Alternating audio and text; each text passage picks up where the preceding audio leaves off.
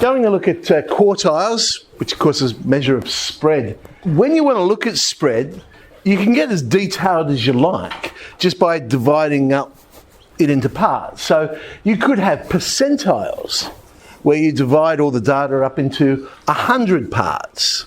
So the example I've got there is if you score in the 90th percentile, well, that basically means that you beat 90%. So 90% of the scores were less than or equal to my score. So you're in the top 10%, in other words. Deciles would just mean dividing into 10 parts. And quartiles is what we're interested in at the moment.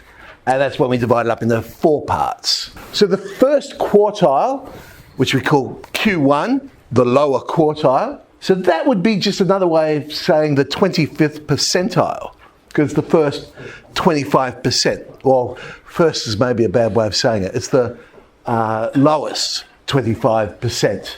The second quartile then would be the median, because the median is 50% of the data. So Q2 would be the same as the median. The third quartile then would mark off where the top 25 and the bottom 75. That would be the distinction there. And that's what we call the upper quartile. So Q3, or of course we could also call it the 75th percentile if we were talking about percentiles.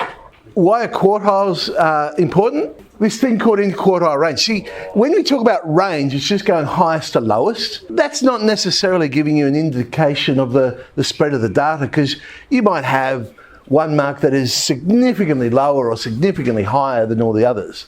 So an interquartile range can sometimes give you a better picture of how the marks are spread out.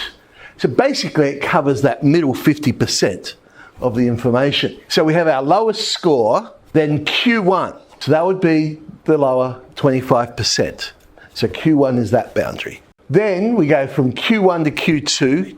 Q2 is the median.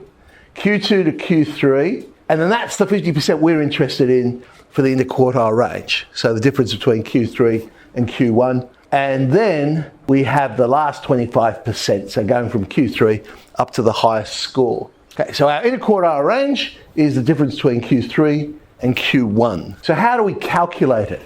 Just like the median, it depends whether you've got an odd number of scores or an even amount of scores. So if we have an odd number of scores, so let's use this as an example, and I've arranged them in order to make life easier for ourselves. Now, because it's an odd number of scores, we can work out the median. There it is, Q2, it's 5. So that's our boundary. So we now have 2 halves of the data.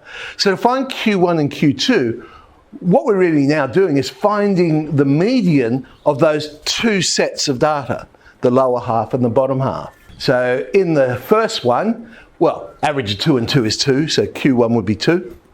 And in the second one, average of 8 and 9 is 8.5. So our interquartile range is 6.5, whereas the range of all the scores would be 9. But what we're saying is that middle 50%, because again, we're kind of interested in roughly where the centre of the data is. So the middle 50%, there's 6.5 difference in the marks there. Well, assuming we're talking about marks. Now, if we have an even number of scores, what do? So here's an example of that. Well, now the median would be the average of the 2 middle scores. So it'd be the average of 9 and 10. But again, we can now break that into 2 sets. And again, we just do the same thing. We'll find the median of each of those sets. So the first one, the median is 8. The second one, the median is 11. So our interquartile range for that one is 3. Q2 for this one would be 9.5, the average of the 2 middle scores there. That brings up something called a 5-number summary. Those 5 pieces of information.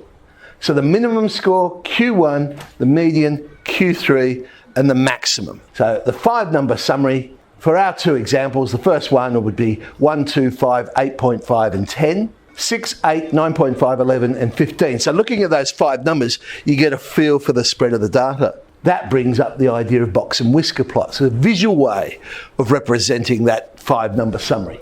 If you're comparing different sets of data, then drawing them parallel to each other can be a great visual way of doing it. So for example here, say there was 2 classes and these were their test scores. So if we were to draw those in a parallel box plot, there's the 2 box and whiskers. Okay?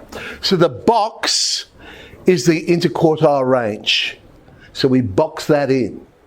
And the whiskers then we just draw out to the highest and the lowest score.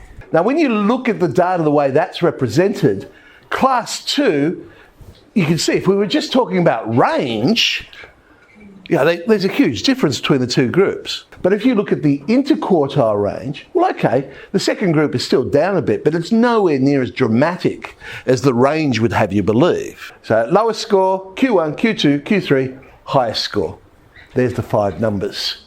So when we do have what we call an outlier, a piece of data that just isn't representative of the actual set, this is a general rule for it. So about 1.5 times the interquartile range. If it's more than that from Q1 or above at Q3, we usually consider, well, that's an outlier.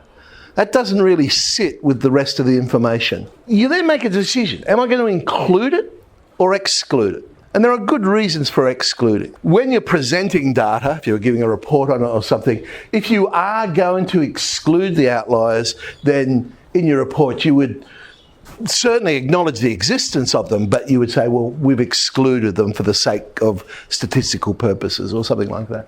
So there's the parallel box plot, but I've done class 2 twice. There actually turned out to be 2 outliers in that set of data using that formula. So if I exclude it, now look at the comparison between the 2 classes. Well, they're certainly a lot closer than what the original one would have you believe. In fact, the class 1 has an average 82.1, the deviation is 9.37. If we include the outliers, the second class has an average of 72.1 with a huge spread of 17.07. But if we exclude it, look what happens. Still got a fairly large spread, but it's much closer to class 1 now.